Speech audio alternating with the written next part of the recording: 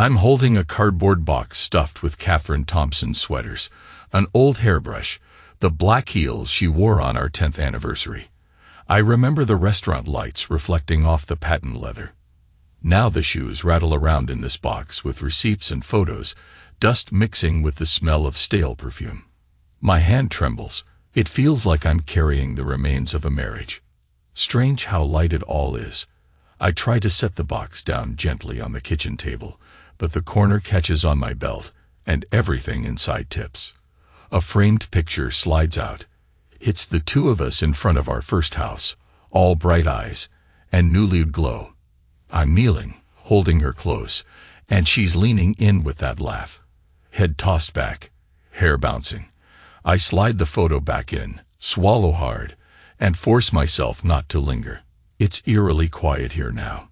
No hum of the TV she'd leave on for background noise. No faint pop music from her phone. Just me and the flicker of the overhead light. My mind's a mess. 1 second I'm raging, the next I'm nauseous. But mostly I'm numb. That's the scariest part. I can't trust any thought that forms in this tornado. I smell her perfume on the edge of a scarf, a sweet floral she was always so proud of. I hate that I still crave that scent, even as my eyes burn with the memory of what she did wearing it. Catherine Thompson, you swore you'd always be honest with me. You lied. I wonder if she's awake right now, in whatever short-term rental she found after I locked her out. Maybe she's on some friend's couch, crying into a pillow, or maybe she's at Jason Marshall's fancy apartment, letting him whisper more lies in her ear. I have no idea where she is. And maybe I don't care. That's another lie I tell myself. I do care. And that's what drives me insane. I've got that photo imprinted in my mind, the one that tore it all open. That cursed snapshot of her at the bar, leaning against the counter, wearing the red dress that now glares at me from the bedroom closet like a mocking presence. She said she'd be out with the girls, that it was just a quick get-together, nothing serious. But I knew something was off. Call it gut instinct, or just a lifetime of reading people. I felt the shift in her voice, the slight hesitation when she said, "Back soon." She tried to sound casual. She's a marketing whiz, after all, knows how to sell anything, including her own alibi. I spent that evening pacing. Couldn't focus on TV or a book or anything. And when she came home at 1 a.m, reeking of liquor, wearing that outrageous red dress that barely covered her thighs, I asked her how the girls were. She just mumbled something, refused to look me in the eye. Catherine Thompson, you didn't even bother to come up with a believable story. Maybe you thought I'd just swallow it like every other half-truth you've told. Days later, my suspicions turned into cold proof. A friend of mine. No, not a friend, just an acquaintance who happened to be at that club. Snapped a picture. Sent it to me with a cryptic text. "Sorry, man, you need to know." The image was grainy, but I could clearly see Catherine leaning against a mirrored bar, arms around Jason Marshall, a tall guy with that corporate shark grin. And on his left hand, a wedding ring. The reflection in the glass was the damning part. The angle showed them pressed together in a way that left zero doubt. Her hair tumbled over her shoulders, his mouth near her neck. A stolen moment, captured by chance. A single frame that ended my entire worldview. That night I waited for her to say something. Anything. She didn't. So I printed the photo, enlarged the reflection, made it impossible for her to claim innocence. I left it on the kitchen counter next to a cold cup of coffee. I put a note on the door, "No forgiveness." And then I watched from the living room window as she came back from grocery shopping the next morning. Watched her face as she saw the sign, the picture, the evidence she couldn't deny. Her scream, her sob, the thud of her knees on the tile. I just stood there, arms folded, looking at the woman I thought I knew, trying to see if anything familiar remained. She hammered on the bedroom door, shouting, "Let me explain." Her voice cracked with desperation. "Harry, open up, please." Over and over. I said nothing. Eventually, I heard her slide down against the wall, crying until her voice gave out. I pictured her hugging herself, tears smearing her makeup. But I felt no urge to comfort her, and that terrified me as much as her betrayal. Where was the man who once promised to protect her forever? I didn't break plates or tear up photographs. I didn't throw her clothes onto the lawn. I didn't call her names or curse the day I married her. Instead, I did something worse. I became silent. Silence can be more cruel than any insult, and I gave her all of it. Days of it, echoing in the hollow halls of our home. She begged for another chance. Said she was just drunk, that she was lonely, that it was a mistake. She pleaded for me to talk, to just yell at her if I had to. But I locked myself in my mind and wouldn't let her in. The next day, I changed the locks, told the locksmith not to make a spare. I kept my phone number, though. She could see me living my life without her. Let that be her punishment. At dawn I run. It started as an escape, a way to outrun my thoughts. Now it's a ritual. Each mile is Catherine's name, heavy on my tongue at first, then lighter with each step.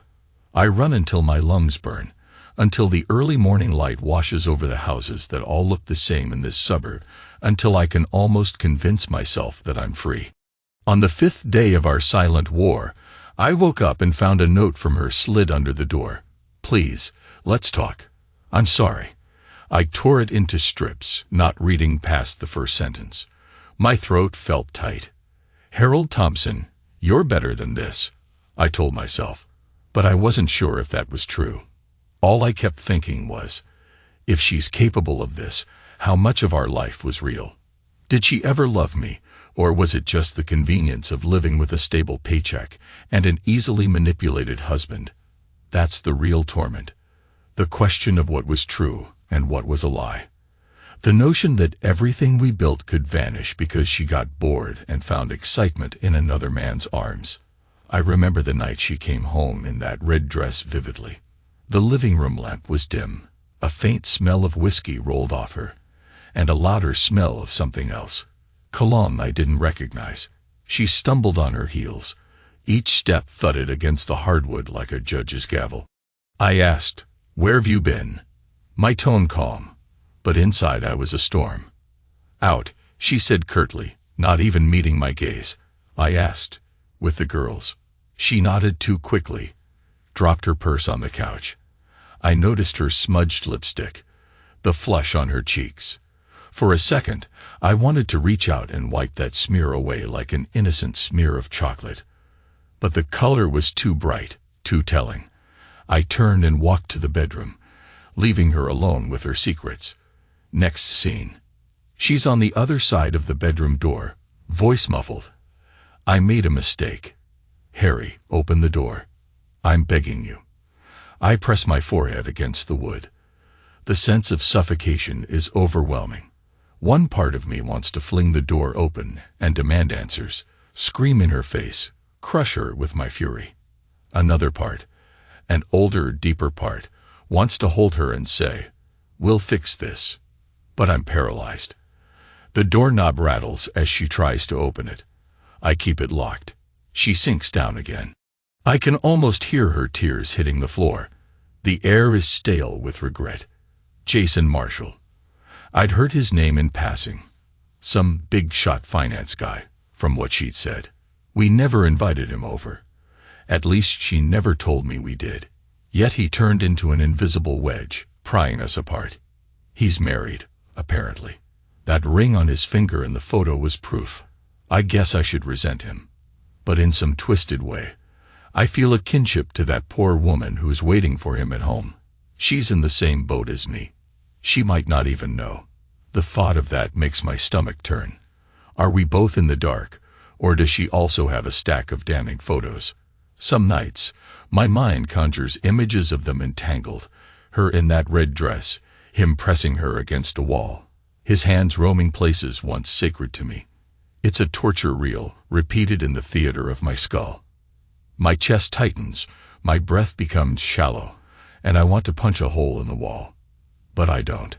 I just lie there in bed, staring at the ceiling, letting the anger burn through me like acid. Catherine Thompson, did you ever think of me while you let him kiss your neck? It's been 2 weeks since I last spoke to her face to face. 2 weeks of battered silence. She tries to call me sometimes, leaves voicemails. Harry, please, I'm worried about you, or I miss you, or I'm at my parents' house. Can we talk? I don't pick up. I can't. My anger hasn't cooled. If I hear her voice, I'll crack. And I don't know if that crack will let in forgiveness or more hatred. I jog every morning, letting sweat wash away the night's restless dreams. I drive to work, attempt to focus on logistical spreadsheets, shipments, deadlines. Sometimes I catch my reflection in the glass windows at the office, a tall, stooped figure with dark circles under his eyes. A man who once had everything under control and now can't keep a single thought from fracturing. People at work notice I'm not the same. My boss corners me gently, asks if everything's okay at home. I force a polite smile and say, yeah, just a rough patch. They wouldn't understand. They see me as this methodical, capable manager who rarely falters. They don't see the swirling chaos behind my eyes. My performance is slipping. My subordinates approach me with questions I normally could answer in my sleep, and I find myself staring blankly. Catherine used to say I was unstoppable at the office, that I commanded respect. Now I feel like a fraud.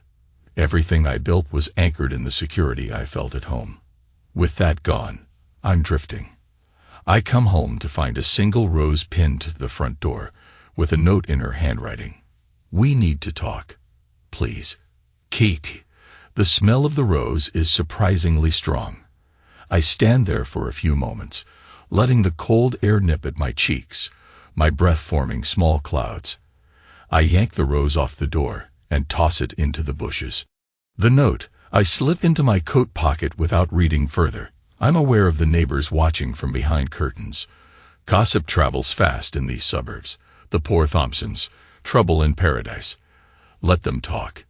Inside, the house is a tomb. The echo of my footsteps on the hardwood floors reminds me how empty it is. I flick on a lamp. A swirl of dust motes circles the bulb, dancing like specks of memories in the stale light. I close my eyes. I can still picture her sitting at the kitchen counter, sipping coffee, smiling at me over the rim of the mug. When I open my eyes, the stool is empty, and the only sign of life is the hum of the refrigerator. That's what I've been reduced to. I decide I need a distraction. I rummage in the bedroom closet, find the old photo album from our early days. My fingers brush each page. Honeymoon pictures in Hawaii, graduation pictures from her marketing degree, me in a cheap suit for my cousin's wedding, her leaning in, shining with pride. I slam the album shut. This nostalgia is poison. I walk to the closet. The door creaks. There's that red dress, the one I now consider a symbol of betrayal. Funny how a single piece of fabric can hold so much power. I feel a surge of anger. I want to rip it to shreds, but I don't.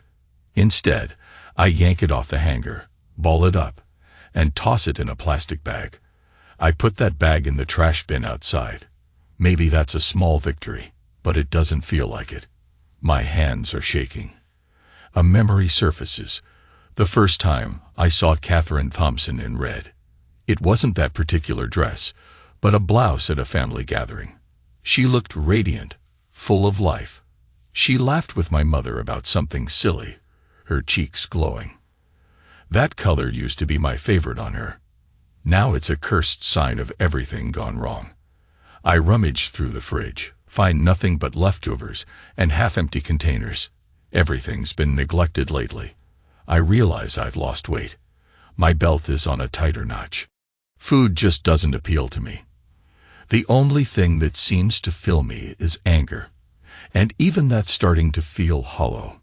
I slam the fridge shut and stand there, heart thudding in my ears, feeling the cool breeze from the vent brush past my ankles. I sense her absence everywhere.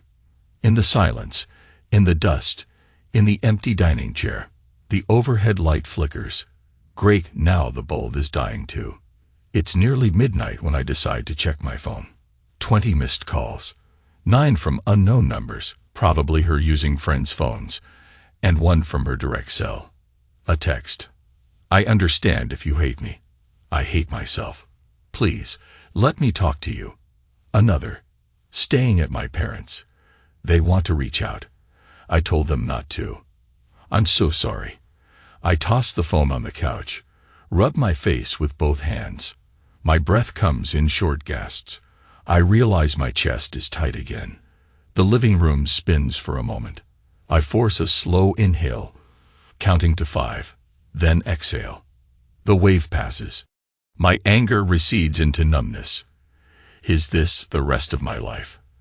Avoiding phone calls, ignoring texts, living alone with ghosts. I remember the last time we truly laughed together. It was a silly moment in the car. She tried to lip sync to an 80s ballad, messing up every lyric. We ended up in hysterics at a red light. It felt so real. Now I question if any of that was genuine. The constant replay of doubt is an unending torture. A few days later, I see Jason Marshall for the first time in person.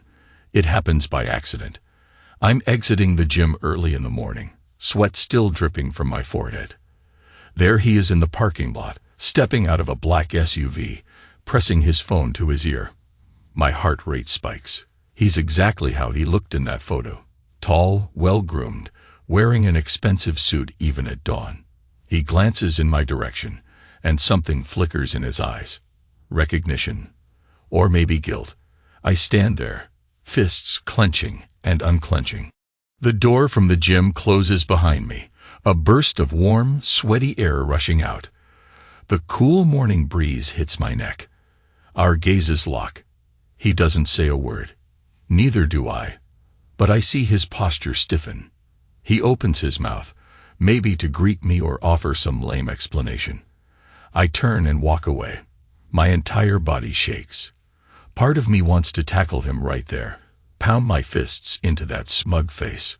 But I walk, because some battered moral code in me says this isn't how it ends. He calls out, "Look, man." His voice echoes across the nearly empty lot. I keep walking. The thud of my sneakers on the pavement drowns out whatever else he might have said. I climb into my car, slam the door, and grip the steering wheel until my knuckles go white. I see him in the rearview mirror, staring after me. When I get home, my nerves are shot. I can't stop replaying that moment. The morning light on his face, the faint cologne drifting in the cool air. That face bent over my wife's neck. My chest constricts. I punch the couch cushion repeatedly, cursing. And then, as quickly as the rage flares, it fizzles into a heavy despair. I slump to the floor, gasping for breath. Catherine Thompson, this is the man you risked our entire life for. I try to keep my routine. I go to work. I come back. I run. I shower. I stare at the bedroom walls. I barely sleep. My mind is stuck in a loop of questions. One stands out. Why wasn't I enough? The sense of inadequacy gnaws at me. I recall all those nights I stayed late at the office, thinking I was providing a better life for her. Did I neglect her needs? Did I fail to see her loneliness? Then I remember the photo, the reflection of his hand on her waist, that wedding ring glinting. No, this isn't on me. She chose to cross that line. But the doubt doesn't let go. It whispers that maybe I drove her away. And that whisper is sometimes louder than my anger. One night, I dream that she comes home in the red dress, only it's torn at the hem. She's barefoot, mascara running down her cheeks, arms outstretched for me. She says nothing, just sobs. And I hold her, bury my face in her neck, inhaling that familiar perfume. She melts into me. I whisper, "Catherine Thompson, don't ever leave." She says, "I never did." Then I wake up alone, drenched in sweat, my pillow damp with tears I refuse to admit are mine. Finally, the day comes when she finds a way into the house despite the changed locks. She must have borrowed a key from the neighbor, or something. I'm not sure. It's late afternoon. I'm at the dining table with my laptop open, trying to force my attention on a work spreadsheet. The door creaks.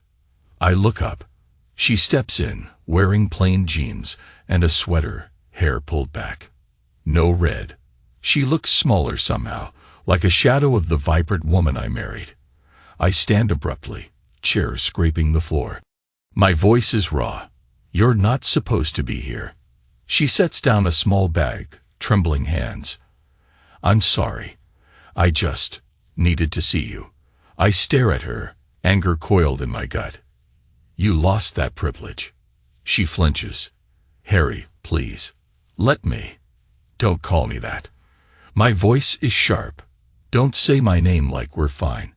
She clamps her mouth shut. Tears pool in her eyes. The room feels too bright, the sun glaring through the blinds, illuminating her face. I see every detail. The dryness on her lips, the new lines under her eyes. She looks exhausted. Good. Catherine Thompson, I say slowly, savoring the formality. We have nothing left to discuss. She presses her hand to her mouth, swallowing a sob. I can't live like this. I clench my fists at my sides. Should have thought of that before you climbed into another man's bed. Her face twists in anguish. It wasn't. We didn't. She stops, shakes her head. I kissed him. It's true. And maybe more. But it wasn't about him. It was about. I laugh, bitter and hollow. Don't even try. She tries to step closer. I hold up a hand, stopping her. You came here to do what? Beg for forgiveness. Confess. Apologize again? Her voice cracks. Yes. All of it. I see her tears glistening. But my heart is stone. I don't care anymore. She stumbles back a step, as though struck. Please, let me talk. Let me explain how I felt. You shut me out for so long. You were always at work, always distant. I was lonely.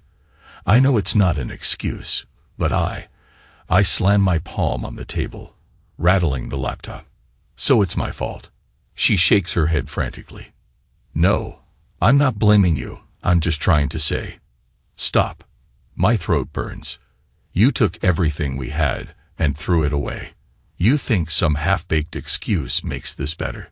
She sobs into her hands. The air feels thick. My heartbeat pulses in my ears. I want to stay angry, but a flicker of pity seeps in. I stuff it down. You need to leave. My voice is low. There's nothing here for you. She stares at me, heartbreak etched on her face. Harry, I love you. I made the worst mistake. No. The word echoes off the walls. That word means nothing coming from you now. She wipes her tears with the back of her sleeve. What do you want me to do? I bite back the rush of words. Suffer. Hurt. Feel what I feel. Instead, I keep it simple. Go. She trembles. I have nowhere. Not my problem. I cut in. My chest tightens with guilt for being so cold. But the memory of that picture, that red dress, steals me. Catherine Thompson, you made your bed. Now lie in it. She picks up her bag, tears rolling silently. For a moment, I think she might drop to her knees again. But she just nods in defeat and slips out the door. It closes behind her with a soft click. I exhale a breath I didn't realize I was holding. My vision blurs, but I don't cry. I don't cry. The next morning, the neighbors watch as I drag a large cardboard box, filled with more of her things, to my car. Maybe they think I'm returning them to her. Maybe they think I'm just doing some spring cleaning. I can almost taste the pity in their stares. I drive to a self-storage facility and rent a small unit. I place the box inside, along with other reminders. Photos, souvenirs, the plates we bought on vacation. One by one, I pack away the life we shared. The echo of the metal door slamming shut resonates through my bones. It's as if I'm entombing our history. As I leave, a wave of nausea hits. I lean against the car for a moment, gulping air. The sky is a dull gray, a cold wind snapping at my jacket collar. My reflection in the car window looks older, more worn. I feel a surge of emptiness so vast it nearly swallows me. On the third week, she tries again to contact me, this time from a new number. Her text: "Can we talk for 5 minutes? I have something important to say." I ignore it. She tries again, leaving a voicemail. "Harry, please, don't hang up, just listen. I'm not with him. I never was. It was a stupid mistake. I'm sorry. I want you to know I'm leaving Chicago. I can't stay here. I just want you to hear me out before I go. Please." I don't respond. My mother calls me that evening, says Catherine Thompson spoke to her. She's concerned. She says Catherine sounded desperate. I grind my teeth, wanting to yell at my mom for letting Catherine dump her sob story, but I can't do that. My mother's innocent in all this. She's been trying to apologize. Mom says gently over the phone, "Maybe you should hear her out." "You might." I cut her off. "No. Mom, please stay out of this." A strained silence. "All right, son," she says finally. "But I'm worried about you." "And about her." "I'm fine." I lie. I press end call. Heart pounding. A memory. The day I changed the locks. I placed the new keys in my pocket with a sense of grim satisfaction. The old ones sat on the kitchen counter, useless. She had looked at them with dread. "Harry, you can't shut me out forever," she said, tears brimming. I didn't answer. I just watched her gather a few clothes, stuff them into a bag, and walk out. She paused at the threshold, turned as if she had more to say. My silence answered her. That final click of the door was both relief and heartbreak, and I've been living with the echo ever since. The next week passes in a fog. My runs are the only thing that keep me going. I push myself harder. Longer distances, faster pace. Each mile I chant her name in my head, then reject it. It's a strange punishment for myself, reliving the betrayal step by step. Yet it's cleansing in some twisted way. My ankles ache, my lungs burn, but I keep going until I can't think of anything except the next breath. At work, I'm told I have unused vacation days. My supervisor suggests I take them. I know why. My performance is slipping, and I'm a liability right now. Fine. So I take a week off. No plan, no place to go, just me at home in a silent battle with my thoughts. I rearrange furniture in the living room, trying to exorcise her presence. She always wanted the couch near the window. I move it to the other side. The difference is minimal, but at least it feels like I'm reclaiming territory. I find an old bottle of whiskey in the cabinet, left over from a holiday party. I consider pouring a glass, but something stops me. Maybe I'm afraid of what I'll become if I start drinking alone. That's the same night I find the folder on my laptop with pictures from our anniversary trips. I nearly delete them all in a fit of rage, but I can't. Not yet. So I store them on an external drive, stashed in a drawer. Out of sight, but not gone. And I realize that's how I feel about her. Out of sight, but not gone. Eventually, the day arrives when she calls me again. I'm about to tap decline when a sudden urge makes me pick up. My voice is quiet. "Yes?" I hear her inhale sharply. "Harry, oh God," you answered. I swallow, my throat tight. "What do you want?" A trembling exhale. I'm leaving town. I wanted to hear your voice before I go. I'm so sorry. You have every right to hate me, but I love you." My heart clenches. I can't find words. I hear the traffic in the background. Maybe she's near a highway. "I'm not doing this for you," I finally say.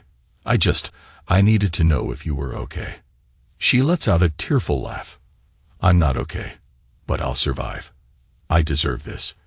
I close my eyes. Why? Why'd you do it? A pause so long I think the call dropped. Then, I was lost. I needed something to feel. Alive. And I was an idiot. I thought, I don't know. I can't justify it. A wave of sadness hits me. "Well, congratulations. You got your new experience," she sobs. I'd give anything to take it back. My vision blurs with hot tears I refuse to let fall. Too late. "I know," she whispers. "Harry, I just want you to know that I never stopped loving you. I was foolish. I can't breathe. My chest is locked." I rasp, "Don't call me again." Then I hang up. The phone slips from my hand. My entire body shakes with the force of suppressed grief. For a moment, I think I'm going to pass out. I sink to the floor and stare at the wall until darkness falls. Days blur into each other. The hush in the house is oppressive. I catch myself looking at the door, half expecting her to walk in with groceries or a bright smile. I keep telling myself that I'm better off alone. That she betrayed me, so she deserves nothing. And maybe that's true. But the loneliness weighs 1,000 pounds. I start sleeping on the couch, the bedroom too full of memories. In the early hours of the morning, I think I hear her voice calling my name from down the hall. I jolt awake, heart pounding, only to find emptiness. A chill creeps through me. I bury my face in my hands, ashamed of how broken I feel. One evening, I decide to drive out, get some fresh air. I end up near the old club where she met him, or at least where that damned photo was taken.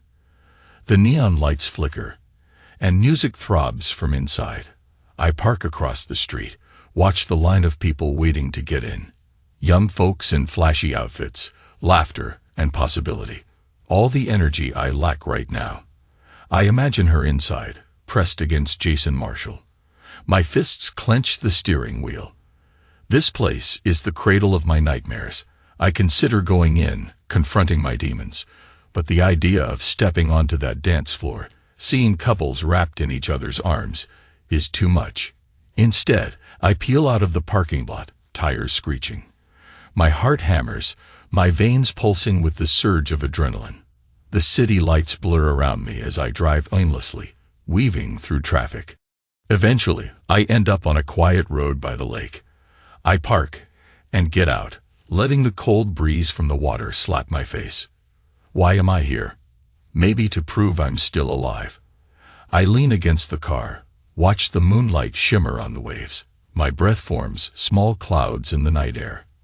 I remember our last trip to the coast, how excited she was to see the ocean again. We walked hand in hand along the shore, hearts full of plans for the future. Now all that's left is a deserted beach in my memory. 3 more weeks slip by. My mother calls to update me on some family stuff. My boss asks if I'm ready to come back with my head on straight. I muster some semblance of normalcy and say yes, but inside, I'm hollow. Every day is an exercise in not thinking about Catherine Thompson, and every day I fail. I wonder where she is, if she really left Chicago, if she's with Jason Marshall or living alone. Part of me hopes she's miserable. Another part hopes she finds peace. Then I hate myself for caring. One night, I'm rummaging in the closet for an old jacket. I come across a notebook of hers. She used to jot down random ideas, to-do lists, recipes. Flipping through it, I find a short note to me. "Remember when we promised each other we'd never let routine kill our spark? Let's plan another trip soon. I love you." The date is from about 6 months ago, just after our anniversary. My stomach clenches. That was not long before she started drifting away. I tear the note out, stare at her handwriting. My fingers tremble. I rip it into tiny pieces, letting them scatter on the floor. The sight of the pieces drifting like confetti is oddly final. But the emptiness inside me remains.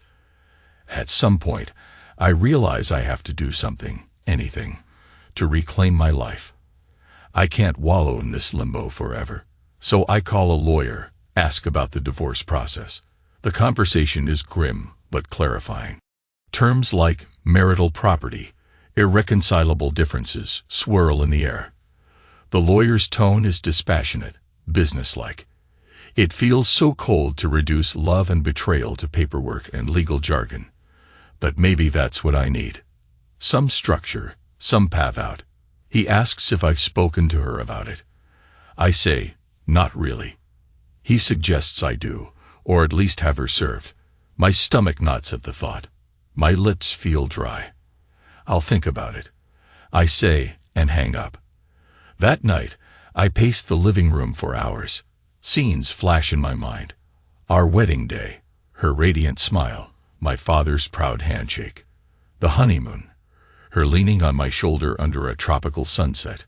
Our first apartment, tiny, chaotic, full of laughter. Then the bitter recollection of that red dress, her stifled moan as she snuck back in. My fists tighten. My chest hurts like I'm having a heart attack. But I keep pacing, forcing breath after breath. A letter arrives in the mail. No return address, but I recognize the handwriting immediately. My first instinct is to toss it unopened. But I can't. I tear the envelope carefully. Inside is a single page. She writes that she's moving to a different state, staying with a friend until she can get a job. She says she understands I'll never forgive her. She wants me to know she's sorry, that she hates what she did, that she'll sign any divorce papers I send. There's no mention of Jason Marshall. She ends with, I pray you find peace and happiness again. I wish I could take back everything, but I can't. If you ever need me, you have my number. I'll never change it. I love you, Catherine Thompson. My hands shake as I read. Her words stir a swirl of anger, sorrow, and a strange pang of regret. I fold the letter and place it in the box with her belongings. Then I carry that box into the garage and shove it in the corner. I shut off the light and walk away, leaving it to gather dust next to old paint cans. Time crawls forward. My runs become longer, more punishing. At the office, I bury myself in work, staying late just to avoid the empty house. Gradually, I notice I'm able to go hours without thinking of her, then entire days. The wounds remain, but they scab over into numb acceptance. Life goes on, whether I want it to or not. Some nights, I still dream of that red dress, see it fluttering around her ankles as she dances with a man who isn't me. But the vividness fades. I wake up less drenched in sweat. My therapist, yes, I finally saw one, says I'm making progress. She urges me to express my feelings, to let myself mourn. I do, in small increments. Each time, I feel a piece of the weight lift. Months pass. Seasons change. The sun sets later, warming the air. On a quiet Tuesday evening, I find myself sitting on the porch, watching the sky turn gold. I realize I feel calm. Not happy, exactly, but calm. My phone vibrates. A text from a coworker about tomorrow's meeting. I respond promptly, bury any leftover ache. I think about Catherine Thompson. She's probably hundreds of miles away by now. A fleeting image of her crosses my mind. Her laugh, the tilt of her head. I let it come, then let it go. When I stand, I notice a small spider spinning its web near the porch light. A tiny, meticulous process, weaving each strand. Strange how life just keeps building, even after everything collapses. A few days later, I sign the divorce papers. I mail them, no note attached. Just the final step in unraveling the vow we once held sacred. There's an odd pang in my chest as I seal the envelope. Then I drop it into the mailbox and walk away. That night, I sleep deeply for the first time in months. No nightmares, just silence. And in the morning, there's no ache in my gut when I see the empty side of the bed. I keep up with my routine. Run at dawn, shower, work, come home, keep the house in order. Gradually, I start feeling a sense of stability returning. I open windows, let fresh air in, buy new curtains, ones I pick for myself. I shift the furniture again, actually vacuum the rugs, change the light bulbs. The house no longer feels like a tomb. It feels like my space, simpler and quieter. Neighbors still cast me sympathetic glances, but I ignore them. Let them gossip if they want. I'm tired of living by anyone else's narrative. If they ask how I'm doing, I just say, I'm fine. and maybe I'm starting to believe it. One morning, I lace up my running shoes and set out before sunrise. The air is crisp, the sky tinged with pale purple. I pass the old oak trees, the modest suburban lawns. Each footfall on the pavement feels more certain than before. As I hit the 3rd mile, sweat beads on my forehead. My muscles ache, but it's a good ache, an ache that reminds me I'm alive. I whisper to the rhythm of my steps, Catherine Thompson. For so long, that name has been a source of pain. Now I let it roll off my tongue, imagining the letters dissipating into the cool morning air. My heart throbs. I push forward, faster. My lungs burn. The memory of her treachery looms. My chest constricts. For a moment, fury flares. I power through it, lengthening my stride.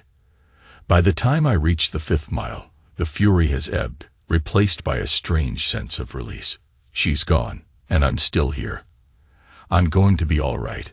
That evening, I sit in the living room with a single lamp glowing. A soft breeze floats through the open window, carrying the scent of spring flowers. My phone lies silent on the coffee table. I glance at it, remembering that I never changed my number. Let her see that I'm living. Let her wonder how I'm doing. The irony is, I barely wonder how she's doing anymore. This is my revenge, in a sense, living my life, moving on, becoming stronger, punishing her with the knowledge that she lost me for good. Sometimes I catch myself thinking, what if? But I push that aside. This is reality. She made her choice. So did I. At dawn, I go for my usual run. The sun peeks over the horizon, painting the sky in brilliant gold and rose. I breathe in the new day, each inhale a promise that life continues. My feet pound the pavement, and I feel a surge of energy. I'm running not from pain, but towards something else, my own future. With each stride, I feel a fragment of the old me returning, the man who once believed in a steady, honest life. I finish the run with sweat pouring down my neck. I stand at my front door, chest heaving. The lock I changed months ago gleams in the early light, a symbol of the boundary I set. I step inside, and the silence greets me, but it no longer suffocates me. It's just quiet, peaceful, even. I head to the shower, water streaming over me, washing away the night's lingering tension. My mind feels oddly clear. I think of the box of her things in the garage. Maybe one day I'll burn it, or maybe I'll donate it.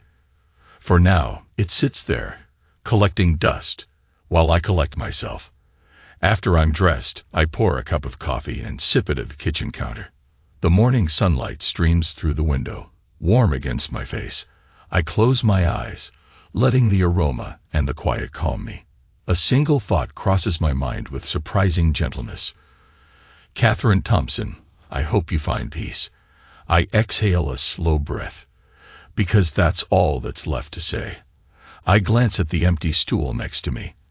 I raise my mug in a silent toast. Here's to my new beginning. And here's to you, Catherine Thompson, wherever you are. May you wake up every morning, feeling the weight of that red dress and wondering if it was worth it. Because I'm moving on, and I'm not looking back. I finish the coffee, set the mug down with a soft clink, and walk out the door, locking it behind me. The day feels bright, full of possibilities. My steps are steady on the pavement as I head to my car. When I start the engine, the radio kicks on, a classic rock tune about heartbreak and rising again. I grin bitterly at the coincidence, shift into gear, and drive forward into whatever comes next.